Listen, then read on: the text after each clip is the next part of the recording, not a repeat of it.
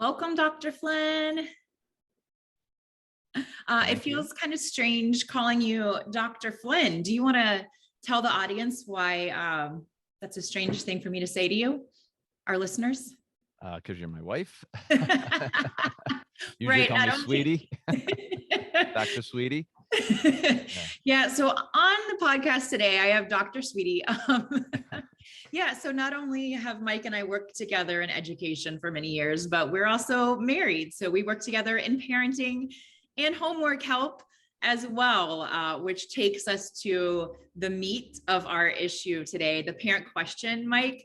A lot of the parents, the clients that I work with, when they're helping their kids with homework, they have a really complex relationship with math homework. We'll just leave it at that. So, can you kind of give some insight into why so many parents and caregivers might get frustrated when helping their kids with math homework? Yeah, absolutely. It's not uncommon. So if any parents or caregivers are Woo! feeling that way, just know I work with hundreds of different districts around the country, and I work with caregivers, and that's often a complaint is the homework. And the real reason that that can be problematic is that most of us grew up with a certain kind of math instruction. It was known as procedural math, where we were taught algorithms. We were taught a certain way to multiply without really understanding why it works. So a teacher would demonstrate an algorithm or a procedure. We would practice it a bunch of times, and then we would get some tests or quizzes or things where we would show how much we retained from what they showed us, and what to do. So math for a lot of us was just about compliance. If we followed the teacher's instructions and remembered the teacher's instructions, then we would get the right answers and we'd get the gold star on our paper. However, what we've found is that many adults have high degrees of math anxiety, and a big reason for that is because when you learn something procedurally but not actually have an understanding of why any of that works, it's almost like if you were following someone's directions to get somewhere where you've memorized those directions, but you don't have GPS, you don't have a sense of the area, you don't even have the written directions anymore. You're just trying to rely on your memory of what someone told you, and you're in a place that's not familiar. So you're going to feel very anxious. Even if you remember all the steps, that feeling of like, I just don't really get this. It's going to take one wrong turn. It's going to just send me off. And the same with math. If you have that one way to think about multiplying, if you're given a problem that looks different than the way you've seen multiplication before, it brings up those same feelings because you just don't understand the lay of the land there. So the difference in the way we're teaching math these days is that researchers and those of us who work in math education have recognized that students benefit from having an understanding of that lay of the land. So they understand what multiplication means, why it works, why that algorithm works, but also that there are other strategies that you can use that are more efficient at times than the standard way that we were taught. And so the homework that comes home is often meant to reinforce that kind of learning that the kids are engaged in, and it looks very different than what most of us have seen. So then because it feels different, it elevates our anxiety a little bit. And then you're faced with that little tug of war, which is I could just tell my kids, here's the way I learned how to do it. Let me show them the algorithm. And feeling like we can get that quick answer that we're wanting to our kids to get, and sort of Right. solve the problem. But that comes into conflict with what the students are learning. And so the students will feel like, well, I don't understand that, or this doesn't make sense, or I'm supposed to do it this way. So then that might escalate into a little back and forth exchange. And so that's why the tension can exist. And it doesn't have to be that way, though. All right. So we've addressed why this tension happens, that as parents, when we were growing up, we learned in this kind of more compliance mindset. Here's the algorithm, follow the procedures, get it done. Our kids are learning kind of why the math happens, like why does the algorithm work? So we've addressed like why there's this tension with us as parents and math homework. What can we do about it? Yeah, that's one. Actually, it's really easy advice, Help which is me. back off, right? Mostly, Okay. it's in some ways, just take a deep breath and realize that this is an opportunity for you and your child to learn together. Now, as a teacher, I taught second grade for 14 years, and I will tell you that just about every teacher I know will say this, that no teacher assigns homework hoping to create problems at home and having a parent fight. None of us design like, oh, this is going to create lots of tension in the household. We don't do that, right? So what we're looking for is we're assigning homework ideally. If we assign it at all, I'm not even going to get into my feelings on homework, but if we do assign homework, we're doing it to reinforce something that we've taught. So the intention should be this is something that students already know and understand to the point where they could do it independently and just need some additional practice. So that's first of all the reason why most people, if they do assign homework, that's what they're doing. We don't want tension, and we don't expect the caregivers and the parents to do all the teaching. So if I'm sending something home and a student doesn't know what to do with it and they're frustrated, I would rather the parent or caregiver write a little note saying, this seemed really hard for my child, and I just wanted to let you know we tried a little bit. I tried to help, but it felt like it was getting a little too contentious, or just even say it was hard for us, and just send that note in. I would love to have gotten that at any time a caregiver felt like there was some difficulty with homework, because my job as the teacher is to teach the concepts. And so if a student can't do it independently at home, then I want to know about it, because then I can address it. I could modify the homework. I could do reteaching back in the classroom. I could offer additional resources and tools for the caregivers, but it's a partnership. And I think sometimes we don't realize that when wearing our parent hat, that the teachers have all the best intention to support the children. So if something's not working, teachers want to know about it because they can adjust. That doesn't mean that you don't have that one really hard line, like this is the way, and if you help them or you write a note to me, they get a 0. If that's the case, then we start conversations. But as I said, I don't know any teachers like that. I've had teachers like that, but I don't know any teachers presently like that. So I think most teachers would be open and accommodating to that. Now, if you don't get to sort of DEFCON 5 where you have that tension, the other strategy you can do is sit back and learn alongside your child. This is an opportunity for you to start to learn that lay of the land. Almost think, if we go back to that metaphor of getting to a destination, it's like the two of you are sort of on this road trip together, exploring a little bit. And it might mean that you get a little lost, you might meander around a little bit, but the goal is to get a better understanding of what that strategy is, or what that particular operation means, like how multiplication works or division works, looking at different visuals and ways to make sense of that. That's what we're going for. And so if you learn alongside them, you may find that it's a more pleasurable experience, and it gives you as a caregiver an opportunity to model how to work through frustration. So if Mhm. I, as a caregiver, don't understand something, instead of pretending that I know it and like Google it on and look at Khan Academy and then come back and pretend I had all the answers, I can actually be very vulnerable with my kids and say, this is hard for me. Actually, I haven't seen this in a while, or this doesn't make sense to me, but I'm pretty sure I can figure it out if we work on it together. And I think we can do this together.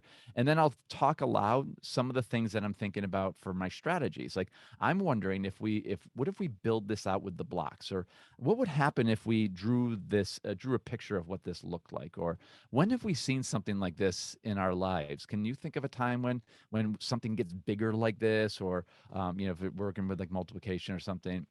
And that way, your child gets to see, or your children get to see how they should also approach those times when they get frustrated. We're providing good role models for them when we learn alongside them.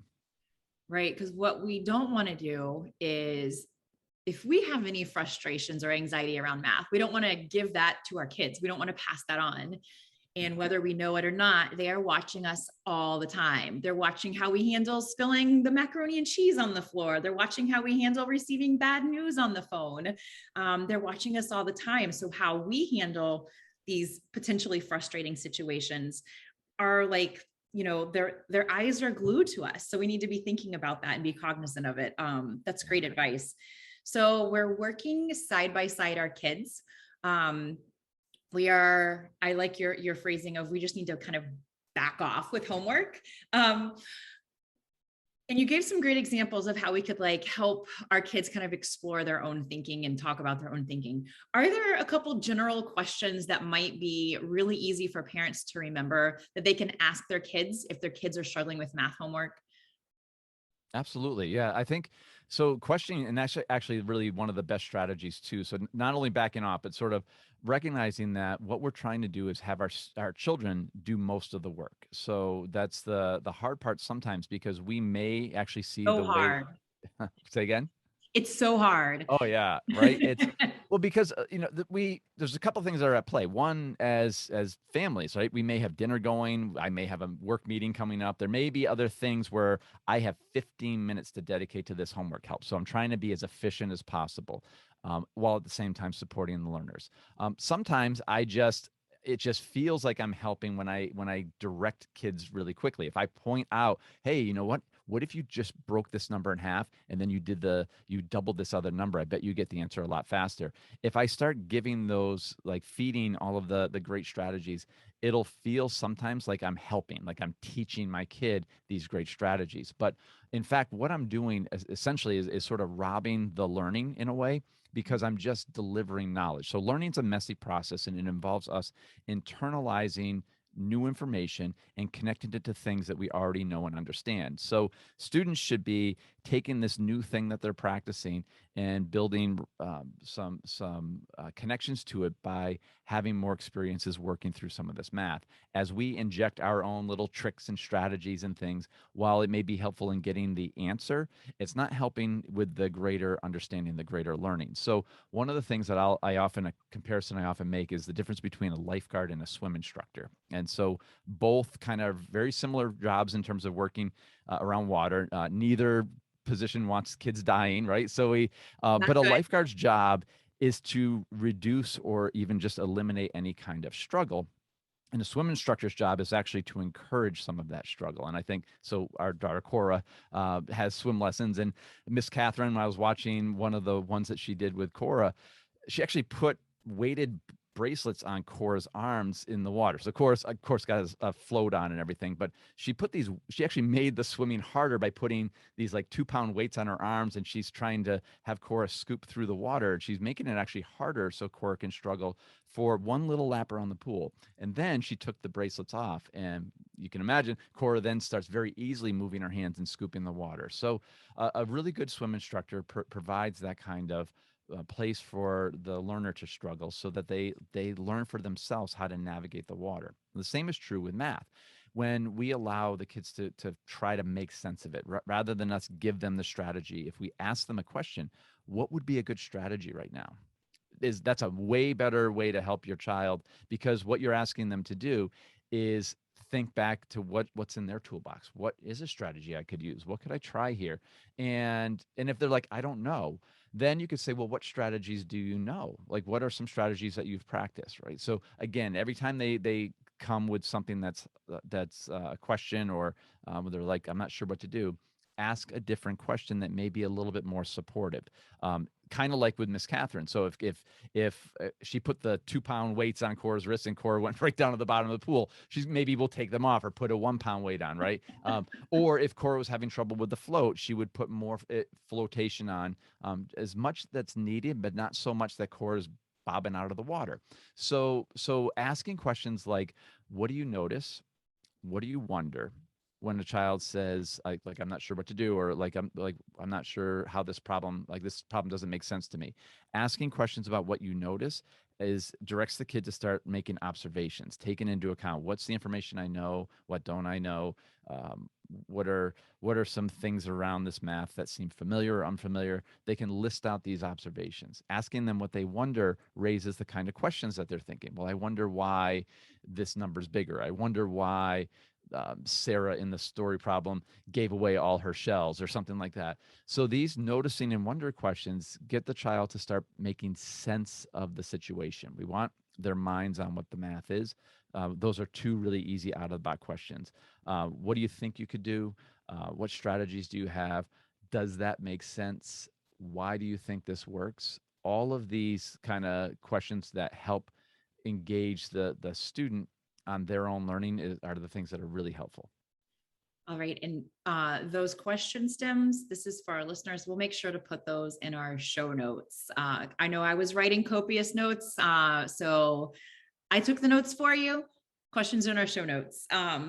It's really hard to embrace this idea of learning being a struggle, especially as a parent when you don't want to see your kids struggle. But it's a really important thing, because if they don't struggle, they're not doing the work and they're not doing the learning. I know one thing when I taught fourth grade that I used to do that helped my students, and I don't know if other teachers are doing this, but you were talking about the question of what strategy would you use? Well, if you ask your students that question and then they're kind of like scratching their head, I know I would send home like a strategy card for sounding out words that you don't know that had like 5 different strategies that kids could use. So just something to think about too as parents, maybe when when your your kid is talking about those strategies, you're jotting it down so then they can go back and look at that list later, or maybe your teacher sent home a list of the strategies. Um, Mike, are there tools that are helpful to have at home for our kids to be able to do their math homework? Absolutely. I think, and a lot of times teachers will send lists of suggested items, or even like with the pandemic, they'll send material kits home. So certainly anything that's coming from the school would be helpful. But even just generic things to have around, if you have elementary age kids, especially like primary age kids, anything for counting is really helpful. So K1-2, pre-K1-2. Those grades are counting and number sense, and the ability to quantify, to be able to see quantities and organize numbers and count sets and things. Those are all really powerful practices to build a strong foundation in what we call number sense, which is just a good sense of our numbers and how they work. And so that could be pennies, blocks. I mean, anything that you have a bunch of. Sugar packets. Anything, right? I mean, and we do that at the diner, right? Anytime our food's late and Cora's getting a little squirrely in her seat, like we bring out the sugar packets, or we'll have her stack the jellies or something like that.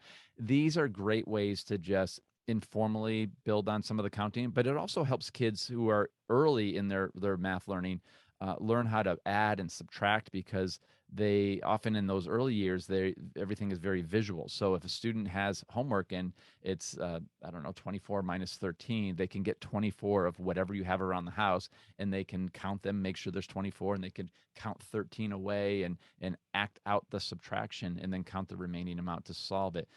This is how kids in the early grades start to make sense of the math.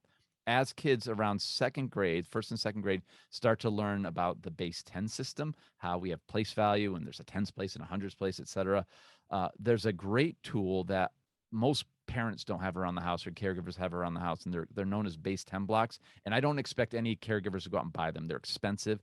They're used in the classroom, but I did digitize them. So in the show notes, also there'll be a link for some Google Slides that you'll see digital base 10 blocks that you can use. And the way they work is essentially the real blocks are like this small little centimeter cube is one.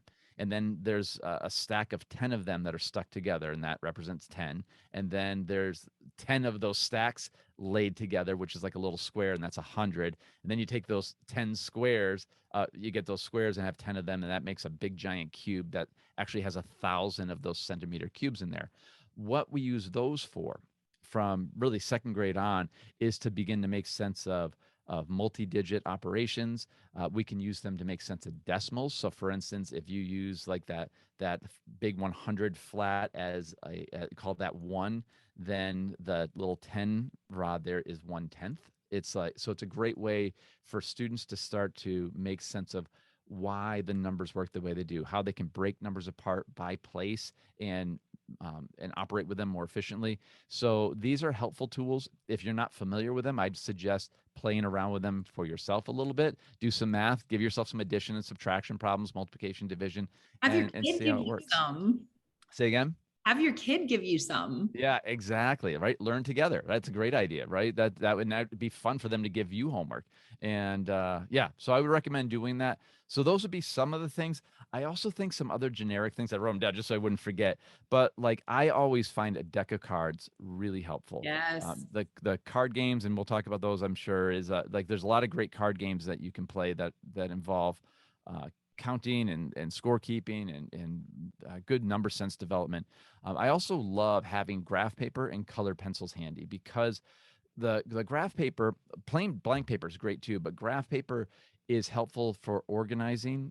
If students are drawing a representation, that's what we call it's like a picture of the math. The lines actually help the students keep some uniformity there as they get older.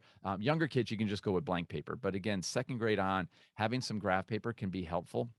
and you can get thicker grids. So it doesn't have to be the little tiny graph paper that we're familiar with from high school, but you can get different kinds of grid paper. The color pencils also help organize the work. So if students are trying one strategy and then they want to check their work with a different strategy, they can solve it with another color. That way you can tell like both, you can look at both strategies, and it doesn't get all bundled together and everything. Those are just some helpful tools to have around. Love it. Yeah, I don't know how many decks of cards in the classroom here for addition war, multiplication war, greater than, less than. I mean, there's so many different things you can do with a deck of cards. And I love that they have the number, and then they have like how many objects are in that number. Like it's a 6 of hearts, but then there are actually like a group of 6 hearts on the card. So even that for like Cora to be able to see and correlate those two. Absolutely. And you can look up online, I'm sure, I mean, just whatever, Amazon or something. They have decks of cards that are designed for children. So they don't have face cards. There's no Jack, Queen, King. It'll go from like 0 to 10, but also have the objects on them. And those can be helpful because, I mean, the face cards, it's also fine too. But if you have cards that just have numbers on them, it helps with the math a little bit more. So if you have some money and you wanted to spend $4 for a set of primary number cards or elementary number cards, that would be helpful too. So thinking about people that might be thinking that they'd like to purchase some things or find some math games for family game night, elementary, middle school kids, what might you recommend? Say we've got a birthday coming along with the new Xbox game. We want to throw in something educational. What should I Yeah. get for my 6th grader? Yeah, there's so many great math games, and my first suggestion would be to just do an internet search of math games, and just or board games with math, and you'll see there's quite a few out there. And I put them into two different categories. So there's math games that are designed there's like games that have math elements to it, which are really engaging games, and the people who created the game first, like the interesting part of the strategy and stuff. And the Hmm. math is sort of the underlying element. So there's a lot of math happening there, but the math serves this greater purpose, which is in trying to win this really engaging game. Then there's the category of math games that were created by people to help kids with math. And I actually recommend avoiding those. I think they're a waste of money because those are things. Well, you know what it would be is like it's like there's We'll a just lost some potential sponsors there, Mike. Thanks. yeah, but like imagine a game where like you roll dice and then you move your pawn and then you land on a square and then there's like a equation you have to solve. And if you solve it, you get to move forward one space. If you get it Sounds wrong, a you go little back. forced. Yeah, Like, yeah, like those a little those forced. it's and it's not that they're bad games per se. They're just not as engaging. You're not going to get along.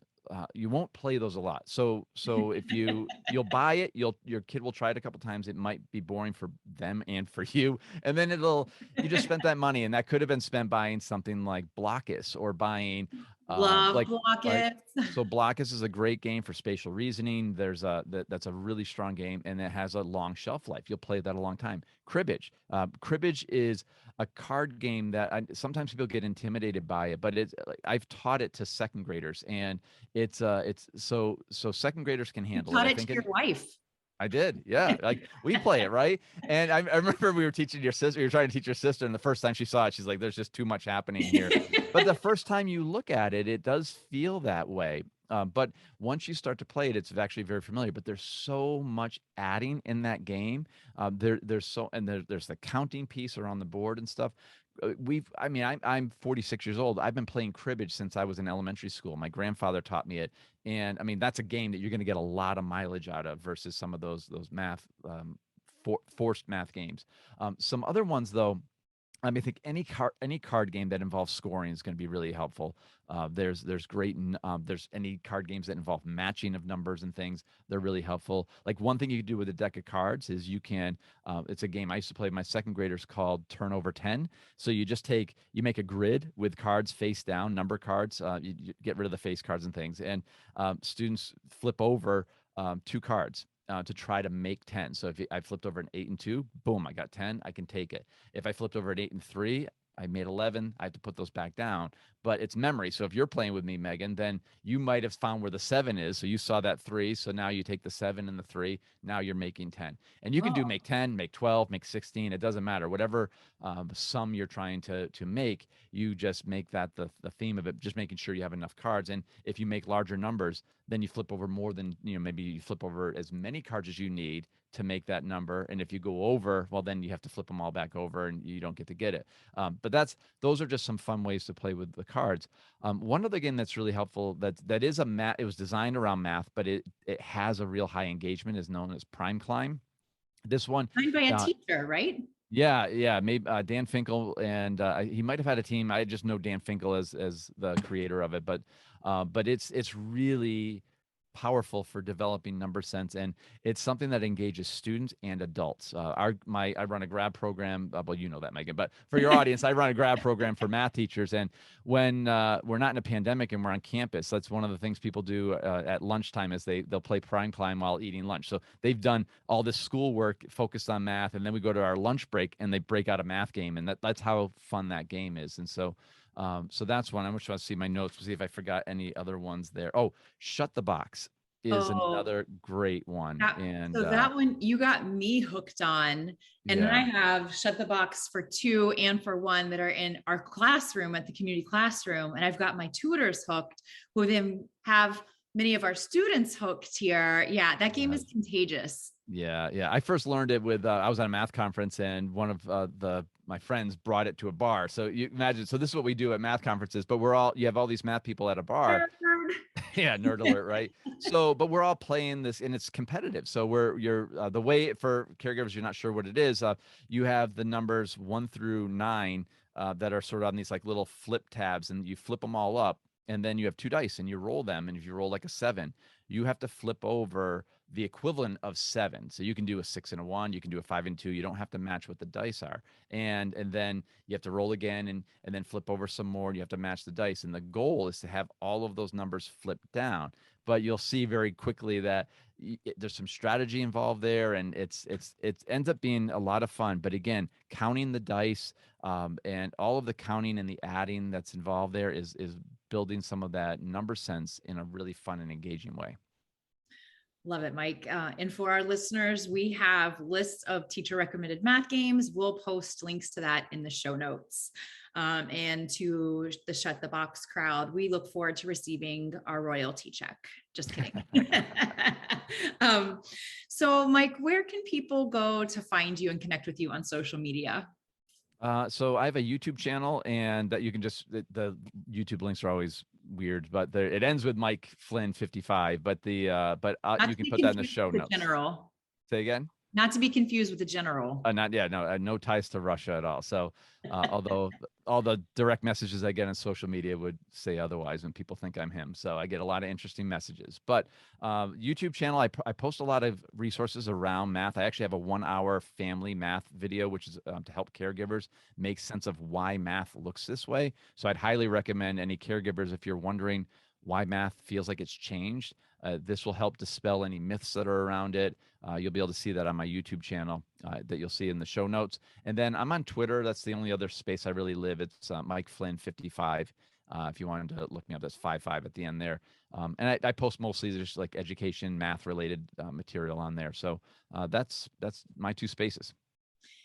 And listeners, as you can imagine, this is exactly what our dinner conversation sounds like. I can't shut it off. Dr. Sweetie, Yeah. thank you. Thank you so much for being our guest today. We'll put ways to connect with Mike in the show notes. And we look forward to seeing you next Tuesday on To the Car. To the And You want to redo that? And we look forward to seeing you next Tuesday on To the Core. Go Math.